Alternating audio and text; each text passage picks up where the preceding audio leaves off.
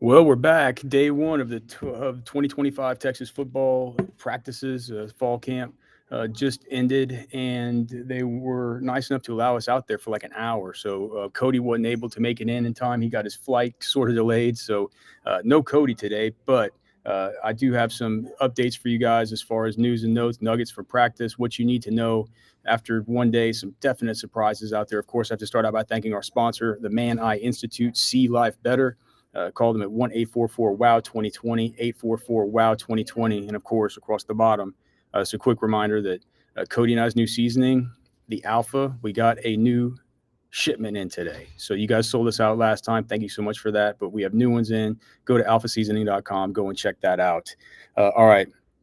A bunch to get to today. And sorry if the mic and the video, sorry if you're not seeing me as clearly as you would be if you got Man Eye Institute Next Level LASIK, but I'm having to do this here in the LBJ library from my computer on the computer mic and all the rest. So kind of throwing it together, but hopefully the information will get communicated either way. I thought that the most surprising thing today was freshman Grayson Littleton, the DB from Florida, was just running with the starters, man, lining up with the ones, running with the ones, going with them in the group drills and the substitution drills and the pursuit drills, as well as the defensive team walkthroughs at the nickel corner, the star position.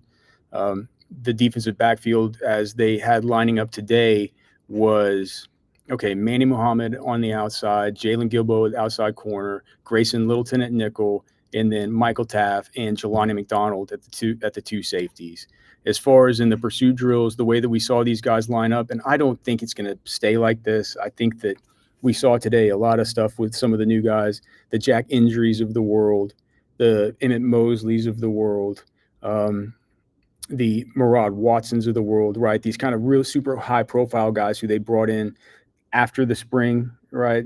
Who are going to come, who weren't here for spring. The coaches told us yesterday that these guys they don't just hand dudes jobs. They're not just going to say, all right, Emmett Mosley, you're going to go ahead and play ahead of Parker Livingstone now. And I think that was the same with Murad Watson. I think it was the same with Jack Injuries. But with that being said, this is how they ran out today for pursuit drills. The first group was Ethan Burke at defensive end. It was Travis Shaw at nose tackle, who we heard yesterday was back and fully healthy from Coach Kenny Baker. So it was good to see him out there with the first group. Hero Canoe was the defensive tackle with the first group, which was, don't know how that'll stick, but they've been talking a lot about him. He didn't have much film coming in. He was very raw, but they're talking about he's developed into a leader, and he was a guy that I didn't really know what to expect for. He certainly looks the part out there. So it'll be interesting to monitor how that kind of goes. I just really think when I watch Watson, man, it was my first day seeing him. They're not in pads yet, but man, the way he comes out of his stance and the way he just doing bag work and stuff like that, the guy's he's twitched up. And they got some other guys, but so, all right. At the edge is Colin Simmons. At the linebackers were Ant Hill and Leonga Lafau. At the star position, again, Grayson Littleton. The corners, Manny Muhammad, Jalen Gilbo. The safeties, Michael Taff and Jelani McDonald. The second defense today was Colton Bosick at defensive end. The nose tackle was Cole Brevard. They had Alex January with the twos at defensive tackle, 3 technique. At the edge, they had Zena Umuzalo, who's been getting talked up. He's got talked up by Coach Alan Clark yesterday quite a bit. The linebackers with that second group were Ty Anthony Smith and Trey Moore. The corners were Kobe Black and Santana Wilson. And the safeties were Xavier Filsamy and Derek Williams. As far, I didn't list who the nickel was in that group, but looking back, that nickel would have been Wardell Mack. I need to add that into my column because when I wrote it down, I did not add him in there, but that's who it was with that second group. I will say that with Trey Moore being at that second group at inside linebacker, whenever they split these guys up and they say one's over here, two's over, ones and threes over here, twos and fours over here, Trey Moore goes over there with the ones because they're playing him a lot at Sam linebacker. And today, whenever it was Littleton that was there during the substitution drills, when Littleton would come out at nickel, Trey Moore would go in at the Sam linebacker. He was good. Just kind of coming off the edge, but not out of a 3-point stance, out of a 2-point stance. And also just kind of running, turning up the seam with tight ends. getting in their hip pocket. I think it's going to be a good role for him. So I would not consider him I mean, I guess he's kind of practicing his second team LB, inside LB, but I do think that the true sort of nickel, because it's funny because we say base when we talk about three linebackers, but with Texas, that's not Texas base is out of nickel. So um, whenever they're in nickel, which they play more frequently, um, you know, they're they're going to have, of course, the five DBs out there, but I do think that we're going to see more of this stuff with Trey Moore. I think that he looks good, man. He looks like a versatile player. I think it's going to help his stock. If they were talking about it as just like a true sort of nickel base kind of thing, though, I would say Trey Moore is your starting Sam linebacker and kind of your second team linebacker that lines up next to Ty Anthony Smith based on the group drills and all the rest would be Bo Barnes. And Bo Barnes, he weighs like 240 pounds. Like I can't get an idea how fast he is, but dude, if that guy's fast, he's good. He's going to be trouble to deal with, dude. He moves really well as far as just his athleticism, his change of direction, all that stuff. Um, I think that I think there's something there with that guy. Just kind of keep an eye on him. As far as the offensive line, we had just the guys that you would expect: left tackle Trevor Gooseby, left guard Nato Yamuzulo, center Cole Hudson, right guard DJ Campbell, right tackle Brandon Baker. I did not see Andre Kojo working in with the second group today. The second group was the left tackle was Jaden Chapman. The left guard was Nate Kibble. The center was Connor Robertson. The right guard was Connor Stroh. And the right tackle was Andre Kojo. And then the third group was the left tackle Nick Brooks, left guard Devin Coleman, center Daniel Cruz, right guard Jackson Christian, and then right tackle was actually Jordan Coleman. And so the other Coleman twin, who I thought was surely definitely a guard,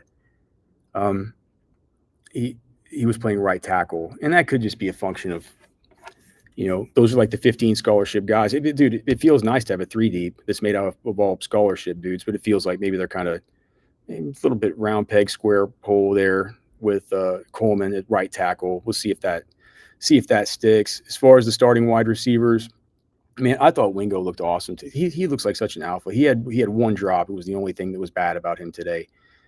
Just so fast. The way he frames the football, gets upfield for the run after catch. It was just versus air, but you can just tell the way he positions his body. He's technical with the way he positions his body in a way to where the way he catches the ball, tracks it, frames it, and just gets upfield. It's something to see. DeAndre Moore looks really good, man. He looks more rocked up. I was telling Anwar, he kind of reminds me of like an Amon-Ra St. Brown type.